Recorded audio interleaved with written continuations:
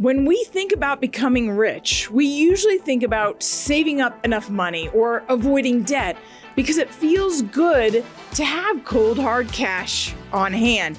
But did you know that debt is the secret tool that helps you build long-term wealth?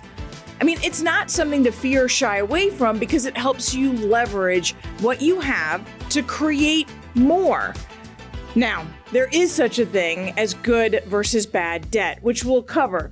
But for the most part, take full advantage of borrowing and using other people's money.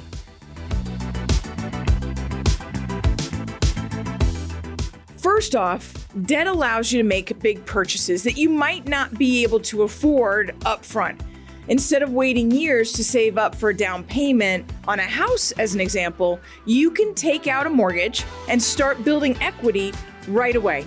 And yes, even that down payment can be someone else's funds.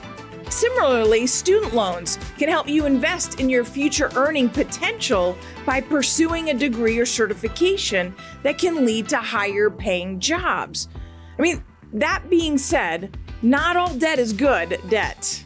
I mean, high interest rate credit card debt, for example, can quickly spiral out of control and create a cycle of financial stress. So it's important to not take on debt that you can't realistically afford to pay back. Keep an eye on those interest rates and fees as they add up. When it comes to paying off debt, there are a few fundamental rules to keep in mind. First, prioritize high interest debt and pay it off as quickly as possible. This will save you money in the long run and help you get out of debt faster.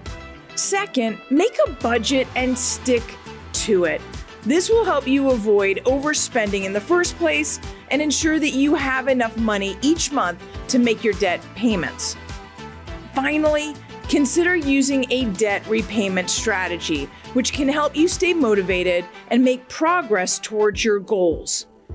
So now let's go over how to leverage debt to grow your long-term wealth. Did you know that wealthy people are actually the ones borrowing the most money in this country? According to the 2021 data from the Federal Reserve, the top 1% actually holds 4.6% of all the debt, while the bottom 50% of Americans has 36% of the nation's outstanding debt. I mean, that's a massive difference. Let's go through why they do that and how it maximizes your net worth, particularly when talking about debt from real estate. When you take out a mortgage to buy a house, you're essentially borrowing money to invest in an asset. That asset, in this case, is your home.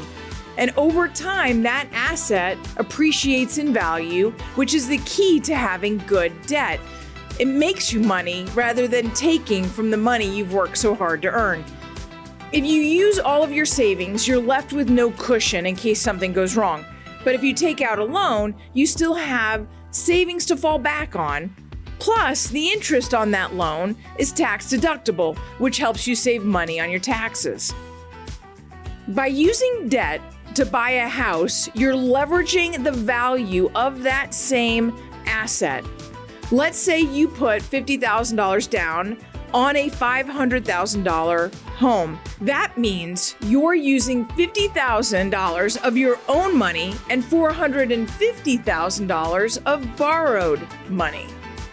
Now let's fast forward a few years. The value of your home has gone up to $600,000. That means your initial investment of $50,000 has turned into $150,000. I mean, that's a 200% return on investment. And to think you can even use programs such as down payment assistance to help you with that initial amount. So you could have even less skin in the game to start and still reap the benefits. Now imagine if you did this 4 or 5 times. Purchase a home using down payment assistance, live in that home for a few years, and then buy another one. Not sure you can save up enough for a down payment because you used down payment assistance on the first property? That's okay.